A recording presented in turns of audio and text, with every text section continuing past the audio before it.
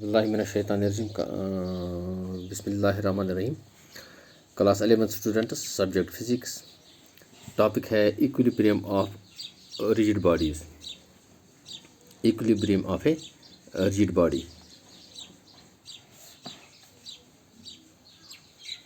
Body तभी equilibrium में होगी जब ये रेस्ट में होगी या ये मूव करेगी या मोशन में होगी विद ए कांस्टेंट वेलोसिटी। यानी कि एक बॉडी जब रेस्ट में होगी तो तब भी वो इक्विलिब्रियम में है, या वो मूव करेगी या मोशन में होगी with a constant velocity. That is a rigid body is said to be in equilibrium of the net force if the net force or net external torque acting on it does not change the translational or rotational state of the body। यानी कि एक rigid body तभी equilibrium में है जब net force इस पे जो लगेगा या वो फोर्सेस का जो अलजेब्रिक सम होगा वो ज़ीरो के बराबर होगा, तभी जो बॉडी है वो इक्विलिब्रियम में होगी, या उसका जो है जो उस पर नेट टॉर्क लगेगा उसमें कोई चेंज नहीं होगी ड्यूरिंग मोशन, तो तब भी जो बॉडी है वो इक्विलिब्रियम में होगी। तो उसके लिए कुछ कंडीशंस है। तो फर्स्ट कंडीशन जो है, first condition for equilibrium is a rigid body is said to be in translational equilibrium if it remains at rest. जब ये रेस्ट में होगी तभी इसको इक्विलिब्रियम में हम कह सकते हैं रिजिड बॉडी को, या moving with a constant velocity. तो इसके लिए जो अलजेब्रिक सम जो फोर्स का है, जो एक्सटर्नल फोर्स पे लगेगा वो ज़ीरो के बराबर होगा, यानी कि नेट फोर्स पे ज़ीरो होगा, which is the first condition of equilibrium of the rigid body. Thus a rigid body is said to be in translational equilibrium if the net external force or the vector sum of all the external forces on the body is zero। तभी हम इसको translational equilibrium कहेंगे। ये body जो है ये translational equilibrium है। तो condition for translational equilibrium of the body in terms of its linear momentum.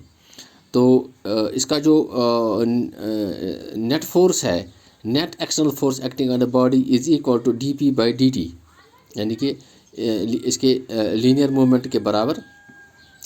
यानी कि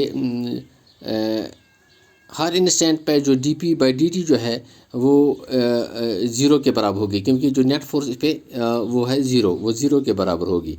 तभी हम कहेंगे कि इस पर जो लीनियर मोमेंटम है वो कांस्टेंट है। तो जब लीनियर मोमेंटम एक बॉडी का कांस्टेंट है तब हम इस बॉडी को कहेंगे कि ये ट्रांसलेशनल इक्विलिब्रियम में है। तो ये था इसका फर्स्ट कंडीशन। और इसका जो है सेकंड, तभी हम कहेंगे ये जो है ये जो है बॉडी है ट्रांसलेशनल इक्विलिब्रियम में है। तो इस तरह से thus rigid body is said to be in translational equilibrium if it is linear momentum remains constant, or if its linear momentum does not change with time। तो इस तरह से जो है लीनियर मोमेंटम जब बॉडी का कांस्टेंट होगा या उसका जो linear momentum with respect to the time change नहीं होगा, तब बॉडी जो है वो है ट्रांसलेशनल इक्विलिब्रियम में है। तो सेकंड कंडीशन जो है इसका वो है a rigid body is said to be in rotational equilibrium if the body does not rotate, यानी कि एक तो ये रोटेट नहीं हो रही है और rotate with constant angular momentum, constant angular velocity. जब ये रोटेट करेगी, अगर रोटेट कर रही है तो एंगुलर वेलोसिटी उसकी कांस्टेंट रहेगी। That is summation of tau, यानी कि total torque, external torque is equal to zero acting on the body, which is the second condition of equilibrium of this rigid body.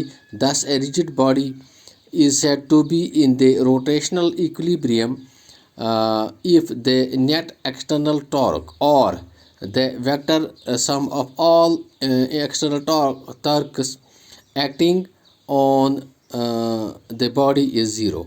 तो acting on the body is zero. इस तरह से ये जो body है ये रोटेशनल इक्विलिब्रियम में होगी.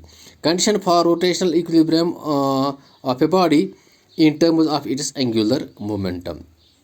तो a body is said to be in rotational equilibrium if its total angular momentum does not change with time. यानी कि इसको अगर हम in terms of angular momentum के ज़रिए हम इसको प्रूव करेंगे तो इस तरह से इसमें जो एंगुलर मोमेंटम है वो रोटेशन में कांस्टेंट रहेगा, तभी जो बॉडी है बॉडी को हम रोटेशनल इक्विलिब्रियम कह सकते हैं. That is dl/dt is equal to total torque acting on the body, external torque acting on the body. चूँकि total torque external on the body is equal to zero, that is dl/dt is equal to zero. This means the angular momentum during the rotation of the body, rigid body, is constant. During the rotation it is constant. So this body is said to be in rotational equilibrium. Note this, students.